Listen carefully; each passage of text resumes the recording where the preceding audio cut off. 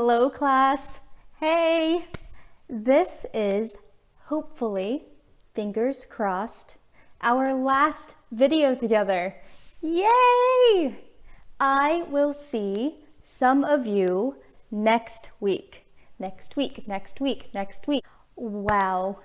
I have been looking at your homework number 7. First, bad news. Too many students are turning in their homework late. I am filming this on Friday. Homework was due last night. For the students who have not done their homework yet, where is your homework?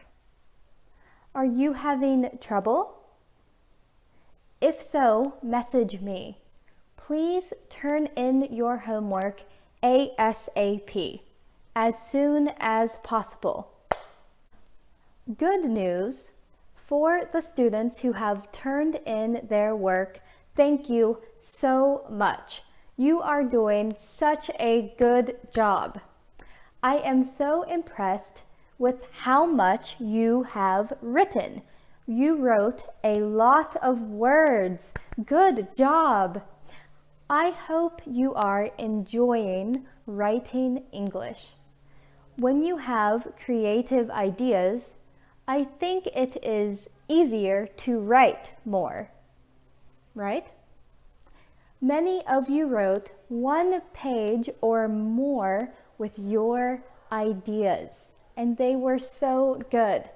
You told me about your main characters and setting very well. They are like a full story already. Just good job, good work. Feel proud of yourself. Today, we have a fun assignment. I'm excited. First, we will review rising action. Then we will read more in our book. Then we will talk about the homework. Let's go. Let's review rising action. The rising action is the events that occur in a story before the most dramatic point known as the climax. So the rising action happens after the introduction, but before the climax. The purpose of rising action is the rising action increases the excitement and suspense for the reader. The rising action gives the main characters a problem or complication they need to solve in the story. Do you remember this? So the purpose of the introduction is to talk about the main characters and the setting. The introduction becomes the rising action, and the purpose of the rising action is to increase the excitement and suspense for the reader. And the rising action gives the main characters a problem or complication they need to solve in the story. So introduction, rising action, and then the climax, which we have not learned about yet.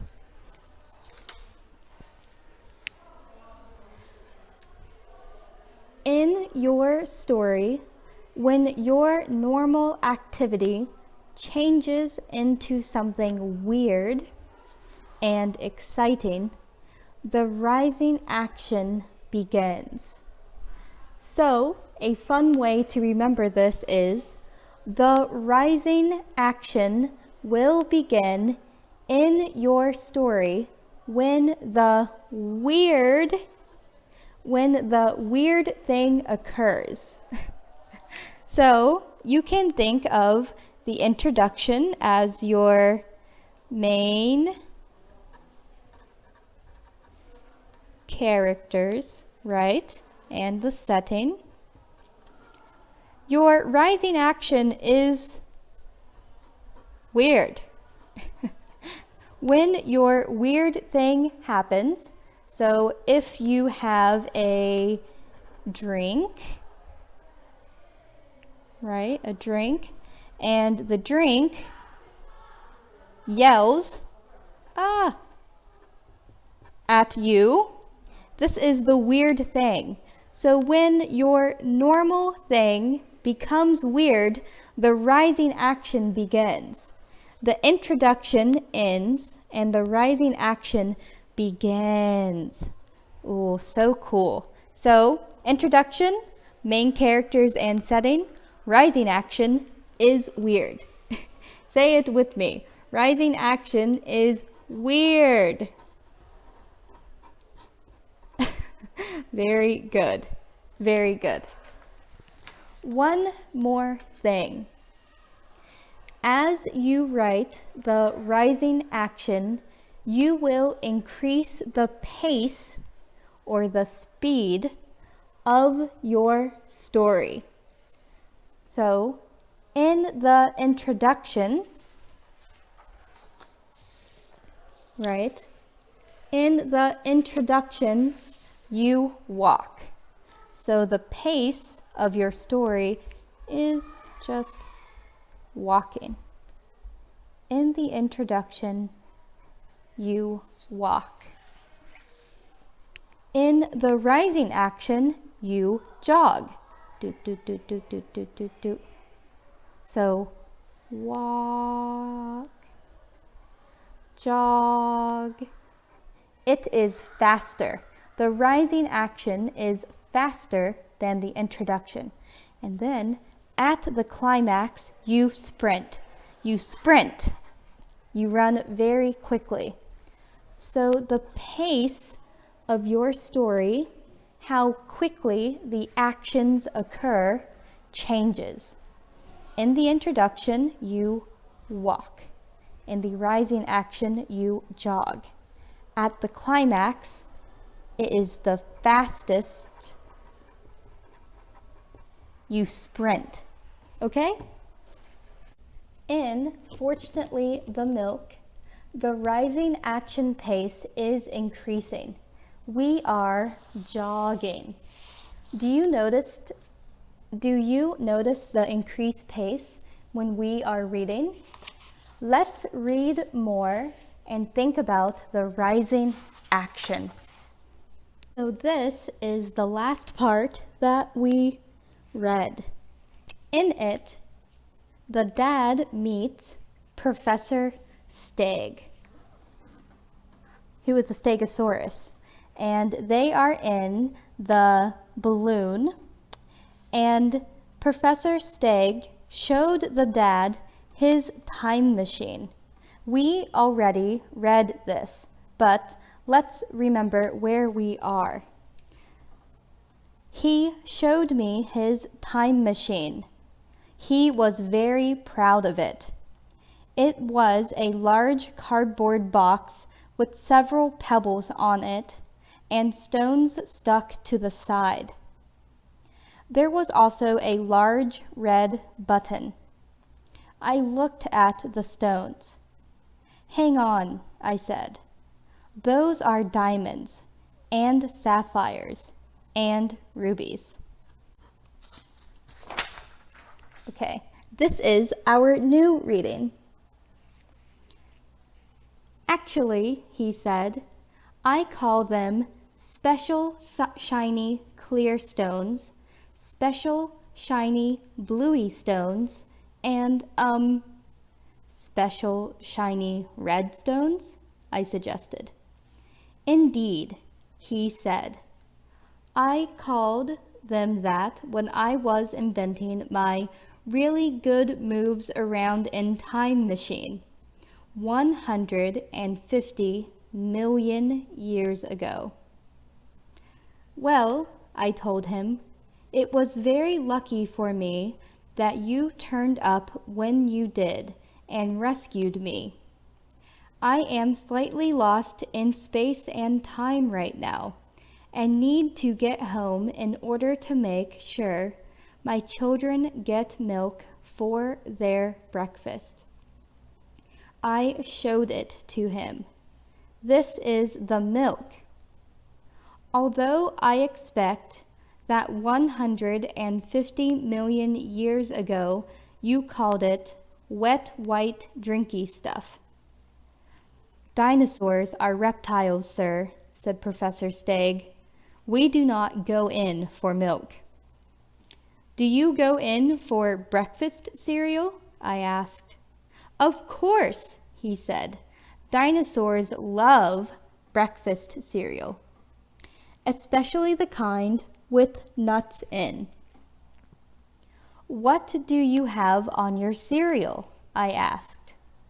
Orange juice, mostly. Or we just eat it dry. But I shall put this in my book. In the distant future, small mammals put milk on their breakfast cereal. I shall write a wonderful book when I return to the present. Actually, I said, I think this is definitely the past. It has pirates in it. It's the future, he said.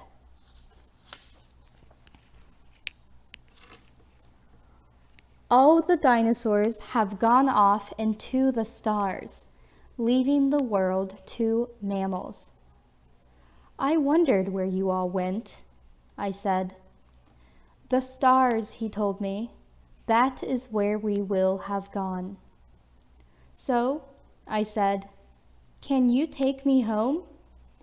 Well, he said, yes and no. What does that mean? Yes, I would love to take you home. Nothing would make me happier. No, I cannot take you home. In all honesty, I do not believe that I can take me home. My special time machine is being temperamental. I need a special, shiny, greeny stone. I have pressed that button many times, but nothing happens. Button? Don't you mean big red flat pressy thing? I asked. I most certainly do not. It is a button. I named it after my Aunt Button. Can I press it? If you wish. I pressed the button. The sun shot around the sky, and the sky started to flicker in nights and in days, and the balloon began to rock and lurch and zoom around like an angry fly. I held on to the ropes as hard as I could. Fortunately, I was still keeping tight hold of the milk in my right hand. When we stopped being blown all across the sky, it was night and, according to Professor Stagg, we had only gone back about 1,000 years. The moon was nearly full. I am even further from my children and our breakfast, I said. You have your milk, he said. Where there is milk, there is hope. Ah, over there. That looks like a perfect landing platform for time-traveling scientists and floaty ball-person carriers. We landed on the platform and got out. The platform stuck out of the jungle and had flaming torches on each side. There were people standing on it with very black hair and sharp stone knives. Oh, so the balloon landed here, and there are people standing with very black hair and sharp stone knives. What is going to happen? Okay, good reading. Now let's talk about our fun homework assignment. Let's talk about floaty ball person carriers and hard, hairy, wet, white crunchers. In our story, the author is doing creative writing. He is describing a noun with adjectives. So he is calling a balloon a floaty ball person carrier. He is calling a coconut a hard, hairy, wet, white cruncher. Do you see what he is doing? In the book, they are describing a noun with adjectives. Describe a noun with adjectives. The noun is a hot air balloon. The adjectives are floaty, ball, person carriers. A coconut becomes hard, hairy, white crunchers. Adjective, adjective, adjective. So what else can we transform? Can you transform this noun into adjectives?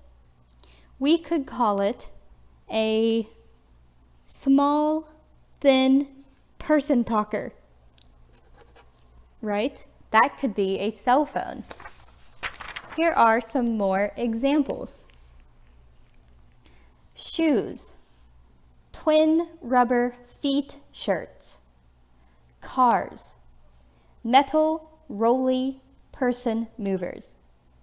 Airplanes, sausage sky birds. Cats, cute fluffy murder poofs. For homework, we will make and transform nouns into adjectives.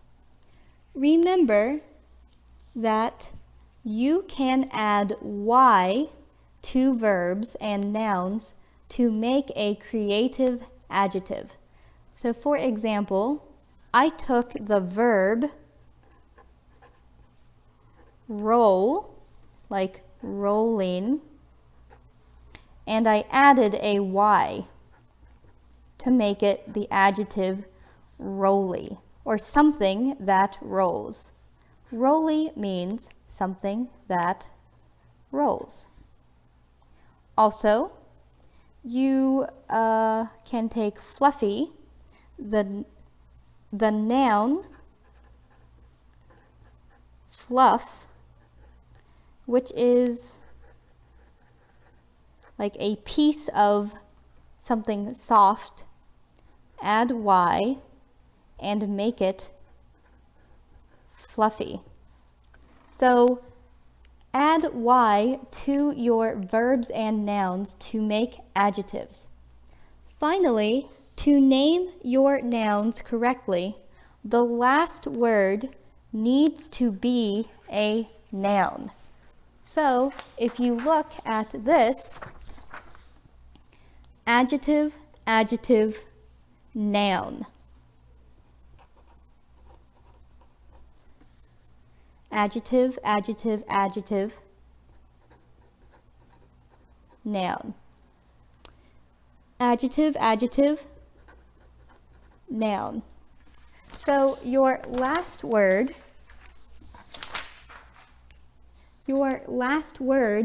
needs to be a noun to make the transformation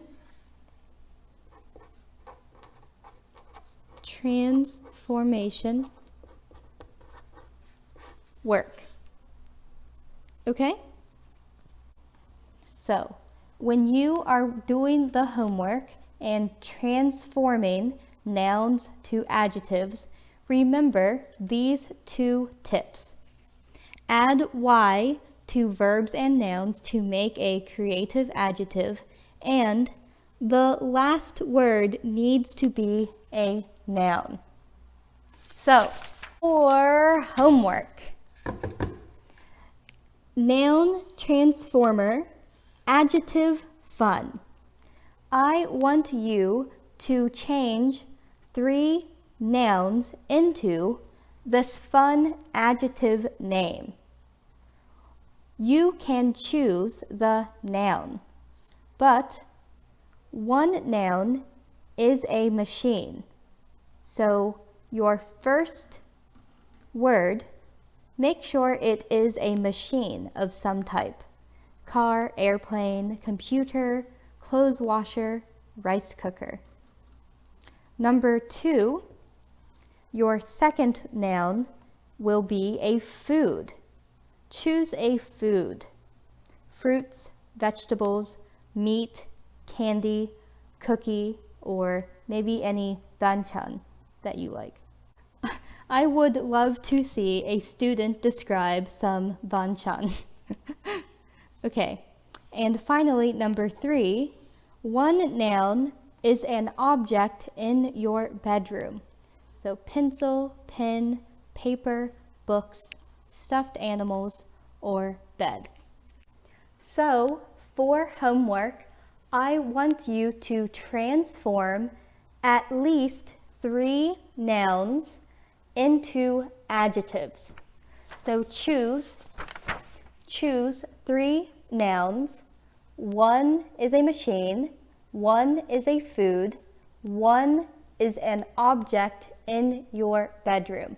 So choose 3 of these words that are nouns and transform them into the adjectives.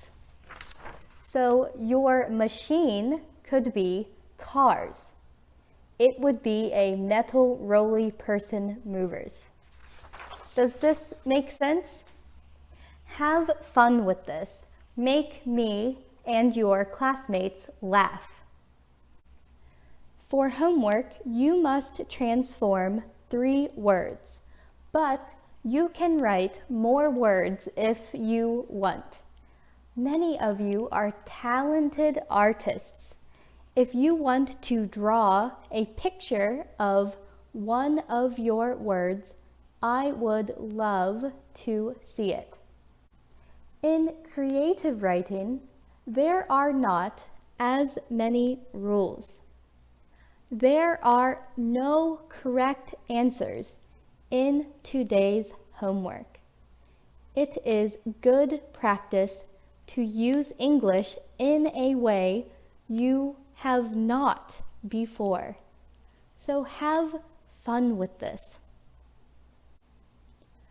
Because we are coming back to school, please bring your homework to our first class together.